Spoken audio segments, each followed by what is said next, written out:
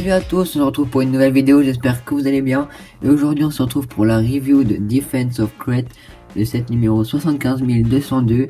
Nous avons 5 figurines de Snowtrooper du premier ordre, le général Emmat, un rebelle, fin de la résistance, et Podamron.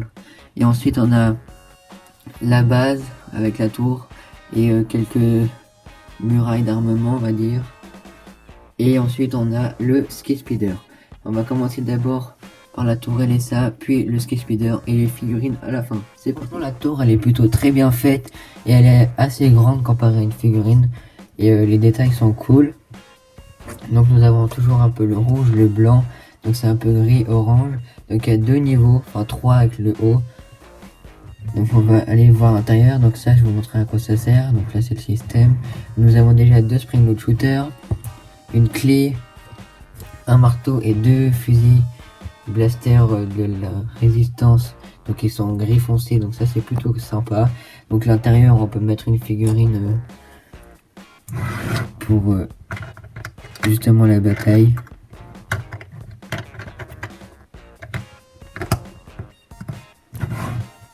Voilà. Ensuite nous avons une brique spéciale, là on peut voir, enfin une vitre transparente avec le qui est imprimé dessus, donc franchement c'est super bien fait. Le détail après l'ordinateur, et après on peut aussi mettre un personnage tout en haut, par exemple le général Emmat pour surveiller. Et donc voilà ce que ça donne, donc elle est vraiment belle. Et donc voilà. Ensuite donc là je fais pas de coupure, vous pouvez rajouter donc ça à la construction en crochant le petit crochet que vous disiez tout à l'heure. Et donc voilà, ça fait une longue muraille de défense avec un fusil où on met les balles puis on appuie et ça fait des stud shooters. Après donc il y a un petit aussi, on peut faire circuler et donc ça fait le système de rotation. Et il y a aussi un spring load shooter, on le voit juste ici, l'antenne. Donc il y a les détails avec les autocollants pour faire l'espèce de sel rouge et blanc. Voilà, donc ça apporte un petit peu du design à la muraille. Et après donc là on peut mettre quelques petits stocks. Et voilà l'arrière du canon comment ça donne. Et après à l'arrière on peut mettre les figurines pareilles pour combattre l'ennemi. Donc ça fait quand même une belle muraille, on dirait un peu haute attaque mais en version crête attaque, donc c'est pas mal. Moi je kiffe. Donc maintenant on va passer au Ski Speeder. Moi je suis étonné, il est vraiment super cool.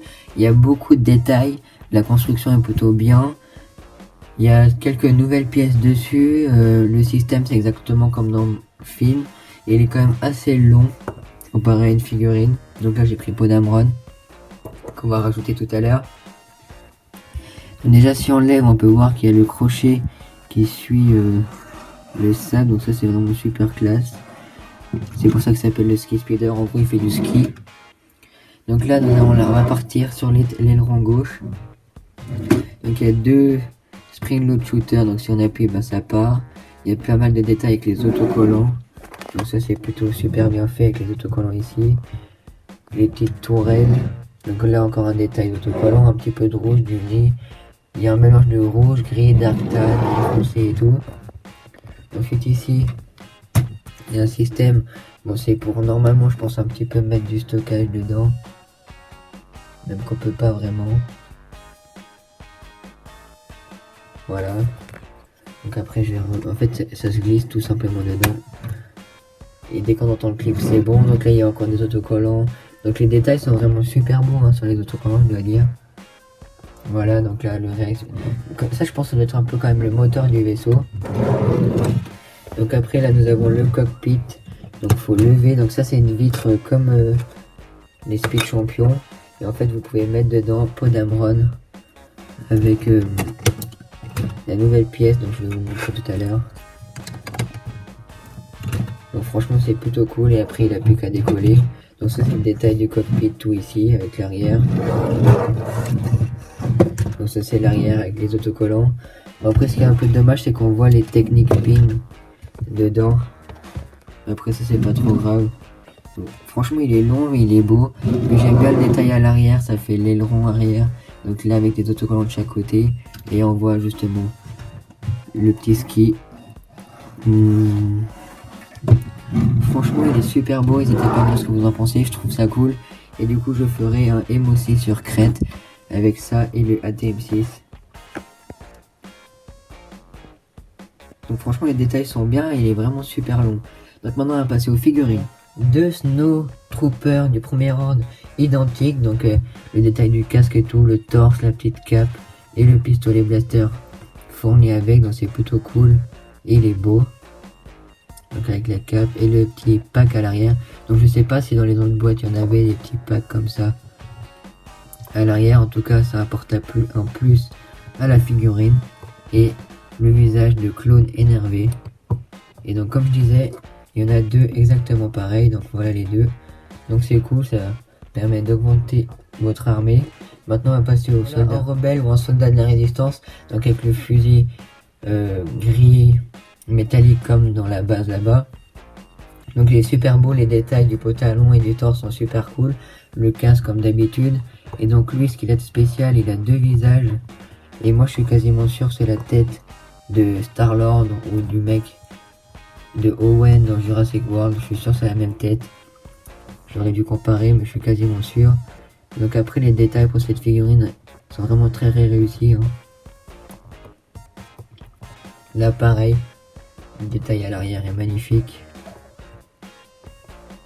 Et voilà, maintenant on va passer au général. Bon, le général est mat, qui est exclusif dans cette boîte et les détails sont magnifiques pour son visage et son torse. Donc il est fourni avec une jumelle et toujours les mêmes fusils pour les rebelles.